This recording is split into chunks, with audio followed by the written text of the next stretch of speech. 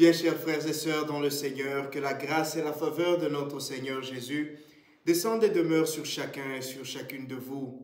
Aujourd'hui, mercredi de Cendre, nous commençons une autre période. Nous commençons le temps de Carême. Nous commençons cette période de notre année liturgique où nous sommes appelés à faire un arrêt, à faire un stop, à réfléchir.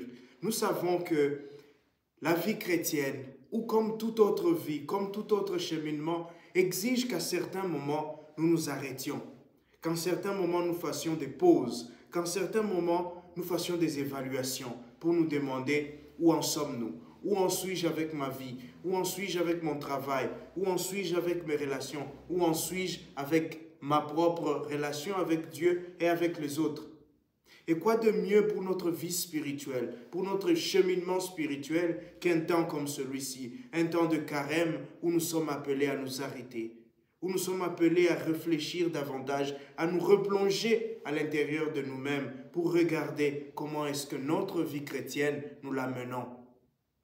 Aujourd'hui, je voulais répondre à quelques questions, à certaines questions qui sont souvent posées et qui m'ont été posées aussi par rapport au carême, par rapport au mercredi de Cendre et par rapport à tout ce qui entoure ce temps de carême.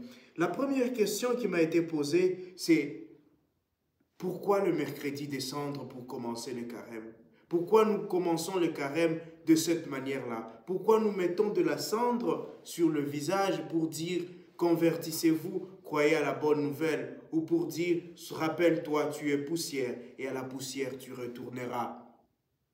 Au fait, pour répondre à cette question, nous devons d'abord répondre à la question du sens du carême. C'est quoi le carême?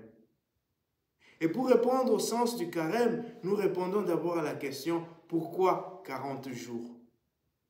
Au fait, si nous regardons quelque chose de très basique, quelque chose qui existe depuis la création, depuis que Dieu a béni l'homme et la femme en leur disant « Allez-y, multipliez-vous, remplissez la terre et soumettez-la », une grossesse humaine dure 40 semaines. 40, c'est le temps de la gestation. C'est le temps où l'embryon grandit pour devenir un humain, pour devenir un bébé, pour devenir un être capable de naître, de grandir, de vivre, de s'épanouir. Donc 40, c'est ce chiffre-là du parcours. 40, c'est ce chiffre de la gestation, ce chiffre de la croissance, ce chiffre de la transformation. Voilà ce qui se passe. 40, c'est ce temps de l'épreuve, ce temps où on est en train de traverser, ce temps où on est en train de passer, de passage d'un état qui était primaire, qui était faible, qui était, comme je dirais, inférieur à un état plus parfait, à un état plus supérieur, à un état plus mûr. 40, nous allons nous rappeler dans la tradition biblique où les numéros ou les nombres ne sont pas mis par hasard. 40, c'est le temps que le peuple d'Israël passe au désert. Le temps que ce peuple est en train de passer d'un peuple disparate, des tribus ici et là, à un peuple uni, à un peuple fort, à un peuple qui va donner plus tard naissance au Christ, qui va donner plus tard naissance au Sauveur. Donc c'est un temps de transformation intérieure. Israël est en train de se découvrir. Israël est en train de se réunifier. Israël est en train de changer, de se construire en un peuple. C'est le temps que Moïse passe sur la montagne. Et nous nous rappelons lorsque Moïse redescend de la montagne, Moïse rayonnait. Son visage rayonnait. Moïse a passé le temps en train de rencontrer le Seigneur. Donc le temps de carême, c'est le temps de ce passage à cette sombre personne que nous sommes, à cet être de ténèbres que nous sommes, vers cet être rayonnant, vers cet être brillant de la lumière du Seigneur. Et nous savons qu'au bout du carême, il y a la résurrection du Christ, ces temps de brillance, ces temps de grande manifestation de toute la gloire de Dieu. Et nous-mêmes, c'est le temps que nous passons en train de vouloir, en train de chercher, en train de nous construire à l'intérieur pour qu'enfin nous puissions briller avec le Christ. 40 aussi, c'est le moment, le temps que Élie passe sur la montagne de l'Horeb. Et pendant ce temps, Élie est en train de découvrir Dieu. Élie est en train de découvrir l'autre visage de Dieu, le vrai visage de Dieu. Parce que Élie, comme tous les autres peuples d'alentour, Pendant ce temps, Dieu était celui qui fracassait, celui qui chassait, celui qui punissait, celui qui tuait. Et Élie avait cette conception de Dieu. Et Élie voulait appliquer cette conception. Mais pendant 40 jours, pendant ce temps qu'Élie passe à l'Horeb, Élie découvre Dieu. Il découvre Dieu non pas dans le fracas, il découvre Dieu non pas dans les tremblements de terre, il découvre Dieu non pas dans le vent violent, mais il découvre Dieu dans cette brise légère, dans ce murmure de vent. Ce murmure qui te demande de faire silence pour l'entendre. Ce murmure qui te demande de recueillement pour pouvoir communiquer avec. Voilà le visage de notre Dieu. Nous découvrons un Dieu qui nous parle, pas à l'extérieur, pas dans le fracas, pas dans le bruit, pas dans le voyeurisme, pas dans la vanité, pas dans l'orgueil, mais c'est Dieu qui nous parle dans l'humilité, dans le tréfonds de notre cœur, dans le recueillement, dans ce moment de méditation, dans ce moment où on ferme sa porte et où on se recueille. Voilà le Dieu qu'on découvre. Voilà le sens et notre sens de ces 40 jours. Et 40 jours aussi, c'est le temps que Jésus passe au désert. C'est un temps de preuve, un temps de combat spirituel, un temps de renforcement surtout. Jésus passe 40 jours au désert en train de prier. Donc c'est un temps de renforcement spirituel pour nous préparer au combat spirituel, pour nous préparer à affronter le mal, pour nous préparer à lutter contre les tendances du méchant, à lutter contre les tiraillements à gauche, à droite de notre ennemi. Voilà les différents sens. Et le mercredi des cendres est comme qui dirait le coup de sifflet. Le mercredi des cendres, c'est le coup d'envoi. Le mercredi des cendres serait comme qui dirait le hajime. Ceux qui ont fait un peu des arts martiaux entendront ce mot. C'est ce moment où on vous dit, on commence, on y va, allons-y. Et il faut un signe. Au football, on siffle. Dans d'autres sports, il y a d'autres signes. Et notre signe comme chrétien, c'est ce rappel de qui nous sommes. Le mercredi des cendres, en fait, vient nous rappeler qui nous sommes. Vient nous rappeler que nous sommes cette cendre-là. Nous sommes poussière. Qu'est-ce que je vaux aux yeux de Dieu? Qu'est-ce que je suis quand je regarde l'univers? Pourtant, c'est cette cendre-là que le Seigneur a choisi pour guider les autres êtres vivants. Pourtant, c'est de cette cendre-là que le Seigneur m'a élevé pour me placer au-dessus des autres êtres vivants. Et ce jour-là me rappelle cela. Et pendant tout ce temps du carême, je serai en train de rebobiner cela dans ma vie, de me rappeler combien je suis privilégié, combien le Seigneur m'a aimé, combien le Seigneur m'a pris et il m'a élevé. Combien je suis une merveille, moi qui suis pourtant poussière, moi qui ne suis rien, un coup de vent et je suis balayé, un peu d'eau et je suis dissous.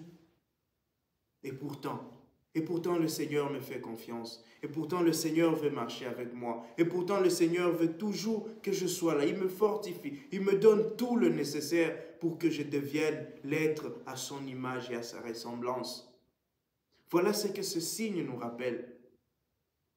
Ce signe nous dit, convertis-toi et crois en la bonne nouvelle. La bonne nouvelle, c'est laquelle? Évangile, qui est la traduction de la bonne nouvelle, Evangelion. Ces mots étaient utilisés dans les anciens empires pour parler de la venue du roi, pour dire que le roi arrive, ou pour crier la victoire du roi. Lorsque le roi devait passer, on criait, on envoyait quelqu'un pour annoncer la bonne nouvelle. C'était la naissance d'un roi, le passage d'un roi, la victoire d'un roi. Et donc on nous dit, pour participer à cette victoire, pour être membre, pour prendre part à cette victoire, nous devons être en habit de fête. Nous devons être préparés à cela. Et cette préparation, c'est ce temps de carême. La préparation qui nous amène à célébrer la victoire du ressuscité, cette victoire de Jésus sur le mal, cette victoire de notre Dieu sur Satan. Voilà, le temps de carême, c'est le temps où nous sommes en train de laver nos vêtements, c'est le temps où nous sommes en train de les repasser, c'est le temps où nous sommes en train d'acheter tous les ornements. Et qu'est-ce que cela signifie? Cela signifie que nous sommes en train de préparer notre cœur. Et comment nous préparons notre cœur? Jésus nous le dit dans l'évangile que nous lisons aujourd'hui. Jésus, il donne 3 éléments. Ces 3 éléments qui sont parfois très simples, mais aussi très complexes. Et nous nous rendons compte lorsque nous décidons de les vivre, combien cela est complexe. Regardez l'ordre dans lequel Jésus prend ces éléments. Jésus commence par l'aumône. Lorsque tu fais l'aumône. Et puis il dit, lorsque tu pries. Et puis il dit, lorsque tu jeûnes. L'aumône, la prière et le jeûne. L'aumône, c'est ce détachement de moi-même pour me tourner vers les autres. L'aumône, c'est ce moment où je réalise qu'il y a d'autres qui ont besoin de moi, que ma vie n'est pas seulement centrée sur moi, que je ne suis pas seul, qu'il y a d'autres qui ont besoin de moi. L'aumône me sort de moi-même pour m'envoyer vers les autres. Et c'est puisque je peux aller vers les autres que je peux aller vers Dieu. Rappelez-vous, Jacques nous rappelle dans la lettre de Saint Jacques, il nous dit, comment tu peux dire que tu aimes Dieu que tu ne vois pas quand tu ne peux pas aimer ton frère et ta sœur que tu vois? Voilà un des défis de Carême. Pour aimer Dieu, je dois aimer les autres. Et donc Jésus prend le premier élément, l'aumône. Quand je suis capable de sortir de moi, notre plus grand péché, c'est souvent cet orgueil, cet ego, cette vanité de penser que je suis. Vous vous rappelez la prière du pharisien, « Je te rends grâce, mon Dieu, de ce que je ne suis pas comme tous les hommes. » Et l'aumône, ce partage qui vient du fond du cœur, nous rappelle que nous devons sortir de nous-mêmes. Nous devons nous décentrer pour regarder avec les yeux de Dieu ceux qui sont autour de nous. Et si nous savons aimer les autres, si nous pouvons faire du bien aux autres, alors notre regard sera assez grand pour regarder vers le ciel. Et lorsque nous regardons vers le ciel, lorsque nous nous tournons vers Dieu, lorsque nous commençons à parler avec Dieu, alors Dieu nous donne cette grâce du recueillement. Et le recueillement, c'est ce jeûne-là. Parce que lorsque nous sommes en Dieu, alors tout le reste, nous ne trouvons plus notre joie dans le reste. Nous trouvons notre joie dans le Seigneur. Sa grâce seule nous suffira. Parce que lui, il est la source de toutes choses. Et le jeûne, c'est cette privation. Nous nous privons parce que nous avons tout en Dieu. Les choses de ce monde n'ont plus cet effet sur nous.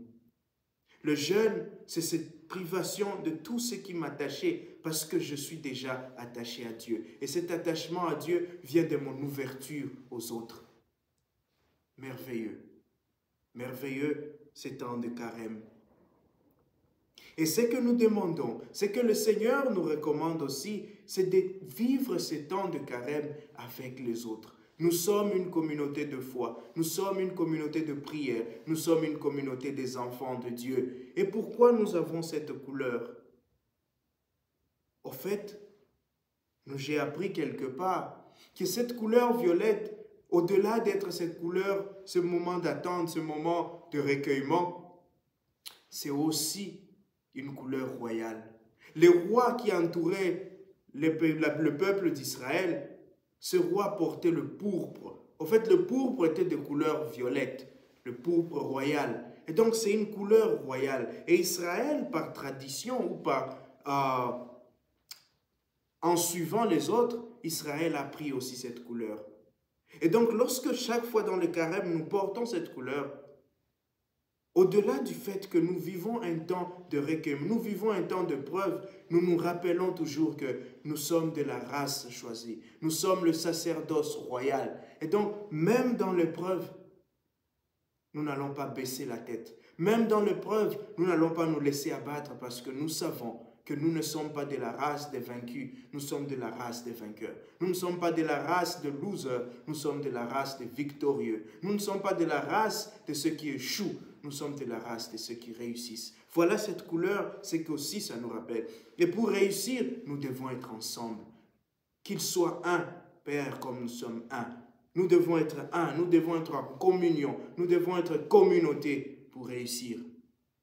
Et cette communauté, comme nous l'avons dit, elle se crée lorsque nous sommes capables de partager. Cette communauté se crée lorsque nous sommes capables de prier ensemble. Cette communauté se crée lorsque nous sommes capables de nous détacher par le jeûne de tous ces attachements désordonnés. Nous allons tenter, nous allons essayer, nous allons faire un effort pendant ce temps de carême de prendre le temps de donner des enseignements, de prendre des moments pour parler de notre foi, pour parler de ce qui nous aide à grandir et à nous approcher davantage du Seigneur. Je souhaite à tous et à chacun, à tous et à toutes, un bon temps de carême. Que le Seigneur vous donne la force et le courage de résister au mal. Que le Seigneur vous guide et vous conduise pendant ce temps. Merci pour vos prières, merci pour votre temps et merci pour la suite, l'abonnement, les encouragements.